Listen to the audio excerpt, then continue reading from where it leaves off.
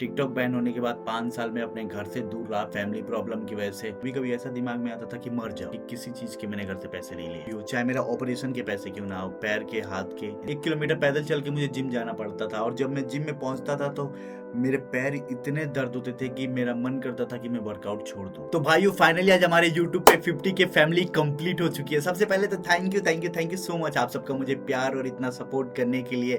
I know 50 के subscribers ये बहुत बड़ी अचीवमेंट नहीं है, लेकिन यहाँ तक आना भी मेरे लिए इतना आसान नहीं था। तो आज मैं अपनी एक छोटी सी जर्नी आप सबके साथ शेयर करूंगा कि मुझे 0 से 50 के तक आने में क्या क्या चैलेंजेस फेस करने पड़े और मैंने शुरू कैसे किया। तो मैं शुरू से शुरू करता हूँ कि मैंने बॉडी बिल्डिंग कैसे चुना और क्यों चुना। जैसा कि मैंने पहले भी आप सबको वीडियो में बताया है कि मेरा सपना था शुरू से कि मैं डांसर बनूं और स्टंट करता था, मतलब कि जिम्नास्टिक। तो मैं इसी में आगे जाना चाहता था, लेकिन मेरी मम्मी पापा का कहना था कि या तो तुम पुलिस में जाओ या तो आर्मी में जाओ। तो ये सब छोड़ के मैं पुलिस की तैयारी करने लगा और पार्ट टाइम में मैं अपना दुकान भी चलाता था। लेकिन एक दिन मेरे पापा को हेल्पर की जरूरत थी, तो मम्मी ने बोला कि तुम जाओ।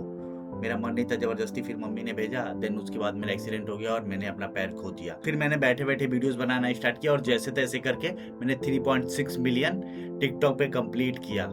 और मैंने सोचा कि अब सब कुछ अच्छा चलेगा और मैं सेलिब्रिटी एक तरह से बन ही गया था। लेकिन उसके बाद देन टिकटॉक डिलीट हो गया तो मेरा सपना टूट गया। फिर उसके बाद इंस्टाग्राम का दौर आया। मैंने इंस्टाग्राम पे उतने फॉलोअर नहीं थे मिलने, लेकिन फिर मेहनत कर करके वीडियोस बनाता रहा।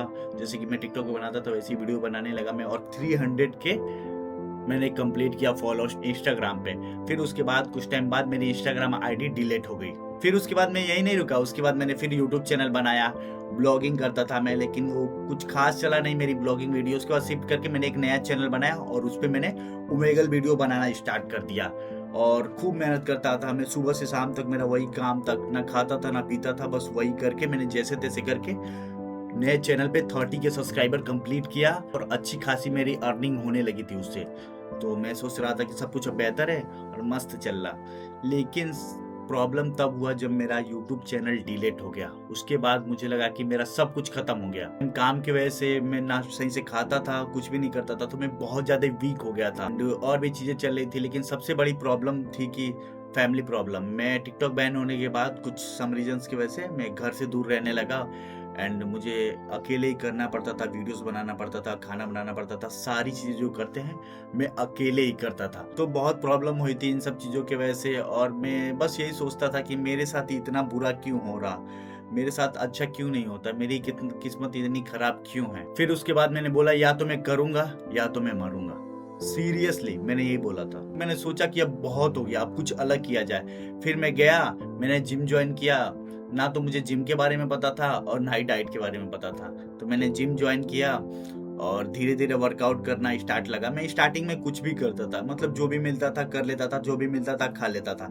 लेकिन सबसे ज्यादा मुझे प्रॉब्लम होती थी वर्कआउट करने में, क्योंकि एक पैर पे बैलेंस नहीं बन पाता था और मैं वर्कआउट करता था। मुझे नहीं पता था कि वर्कआउट कम करना है और डाइट ज्यादा लेना है। मैं बस वर्कआउट ही करता था, जिसकी वजह से मेरे पैर सुन्न हो जाते थे और रात को मैं गर्म पानी से अपने पैर को धोता था और बाम लगा के मसाज करता था। फिर कुछ टाइम बाद मैं शिफ्ट हो गया अपने दोस्त के पास और हम दोनों गए जिम में ज्वाइनिंग कराने के लिए। तो हम लोग पहुंचे रिसेप्शन पे और हमने पूछा कि फीस कितनी है और टाइमिंग आप बता दीजिए। तो वहाँ पे एक लेडी थी, उसने पूछा कि किसको करना है जिम। मैंने बोला कि मुझे और मेरे दोस्त को। तो बोलती है कि आप क्या करोगे। उसके कहने का मतलब था कि मैं जिम नहीं कर पाऊंगा। पूछी मेरे से कैसे करोगे। मैंने बोला कि आके देख लेना मैं कैसे करूंगा। फिर मैंने हमने सब्सक्रिप्शन लिया और जाके जिम वर्कआउट स्टार्ट कर दिया और फिर हम लोग डेली जिम जाने लगे और साथ में हम लोग वीडियोस वगैरह बनाने लगे। वो मेरी वीडियो शूट कर देता था, मैं उसकी वीडियो शूट कर देता था। तो ऐसे सब कुछ बढ़िया चल रहा था, मतलब एक तरह से मस्त था। फिर उसके बाद मेरे दोस्त ने जिम जाना बंद कर दिया और लखनऊ से घर शिफ्ट हो गया, उसको कुछ काम था। तो मैं अकेले जिम जाता था। मुझे बहुत ज्यादा प्रॉब्लम होती थी, अकेले खाना बनाओ, झाड़ू लगाओ, पोछा लगाओ। फिर मैंने डॉग भी पाल रखा था, तो दिन भर में सुसु पॉटी सब कर देता था। फिर साफ करो और फिर उसके बाद शाम को जिम जाओ। मेरे रूम से जिम का डिस्टेंस बहुत ज्यादा था और मेरे पास सच बताऊं तो उस टाइम पैसे की बहुत प्रॉब्लम थी। तो मैं शेयरिंग ऑटो में जाता था। मेरे रूम से जहाँ से ऑटो मिलता था वो बहुत दूर था, पैदल बहुत चल के और उसके बाद जाना पड़ता था। तब रोड था, उसके बाद वहां से शेयरिंग वाली ऑटो चलती थी जो 10-5 रुपए में जिम के पास तक छोड़ देती थी। मुझे पैदल चल के जाना पड़ता था। फिर उसके बाद ऑटो पकड़ के मैं जिम पे पहुंचता था। फिर इस पार से उस पार जाके फिर सीढ़ियां चढ़ के फिर उसके बाद दिन जिम में जाता था। और जिम में पहुंचते पहुंचते सच बताऊं तो मेरी पूरी ताकत ही खत्म हो जाती थी। ऐसा लगता था कि मैं वर्कआउट करूं ही ना, छोड़ दूं, नहीं होगा मेरे से, मैं अकेला हूं, ये सब चीज़ें मेरे दिमाग में आती थी। लेकिन फिर भी मैं अपने आप को समझाता था कि नहीं, तुम्हें करना है। फिर मैं अंदर जाके वर्कआउट करता था और लोग बड़े अजीब भरी नज़रों से देखते थे, क्योंकि मैं वीडियो भी खुद ही शूट करता था और कोई भी नहीं आता था, मैं अकेले ही वर्कआउट करता था। उसके बाद फिर ऑटो पकड़ के 10-11 बज जाता था, मैं घर जाता था, फिर पैदल चल के, और उसके बाद फ्लैट पे हारा थाका जाता था। तो मैंने जो डॉग पाल रखा था वो पूरा सामान इधर से उधर फैला के और सुसु पॉटी सब करके रख दिया होता था, और मेरे इंतजार में ऐसे प्यार से देखता रहता था। मेरे अंदर इतनी सी भी जान नहीं बचती थी कि मैं साफ करूं। इतना गुस्सा आता था, लेकिन मैं क्या करूं, फिर भी मैं जल्दी जल्दी साफ करता था, सामान हटाता था, ले आके साफ करके फिर नहाता था, फिर खाना बनाना।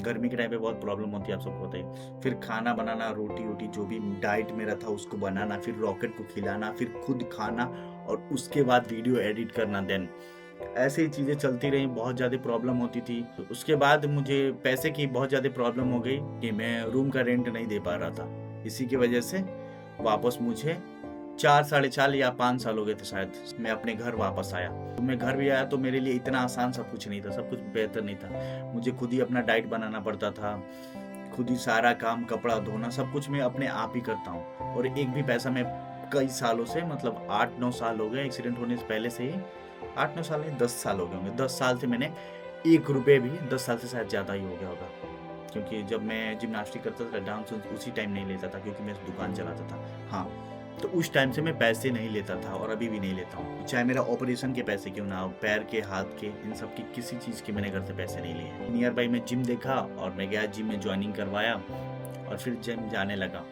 लेकिन प्रॉब्लम ये थी कि कभी घर वाले जिम लेके जाते थे, कभी बहाना कर देते थे। मैं जिम में जाता था, अकेले वीडियोस बनाता था, वर्कआउट करता था, और धीरे धीरे मैंने अपने बॉडी को पहले से बहुत ज़्यादा अच्छा ट्रांसफॉर्म किया, जेन्युइन मेहनत करके। लेकिन जैसे मैं कुछ अच्छा करता हूँ ना, मेरे साथ उल्टा बहुत ज़्यादा बुरा हो जाता है, पता नहीं क्यों। शायद भगवान मेरे लाइफ में कुछ और अच्छा करना चाहता है कि क्या, आई डोंट नो। तो उसके बाद ही मेरा हाथ टूट गया, और हाथ टूट के हड्डी अलग अलग हो गई। ऑपरेशन हुआ और मेरे हाथ में, ये हाथ में देखिए यहाँ पे निशान है, तो ये हाथ में मेरे रॉड डली। और उसके बाद सभी लोगों ने बोला कि तुम्हारे हाथ में रॉड डल गया है, अब वेट नहीं उठेगा तो वर्कआउट तुम नहीं कर पाओगे, एक काम करो, ये सब छोड़ दो और कुछ और देखो। मैंने सबकी बात सुना और खुद पे यकीन रखा कि मुझे यही करना है, मैं यही करूँगा।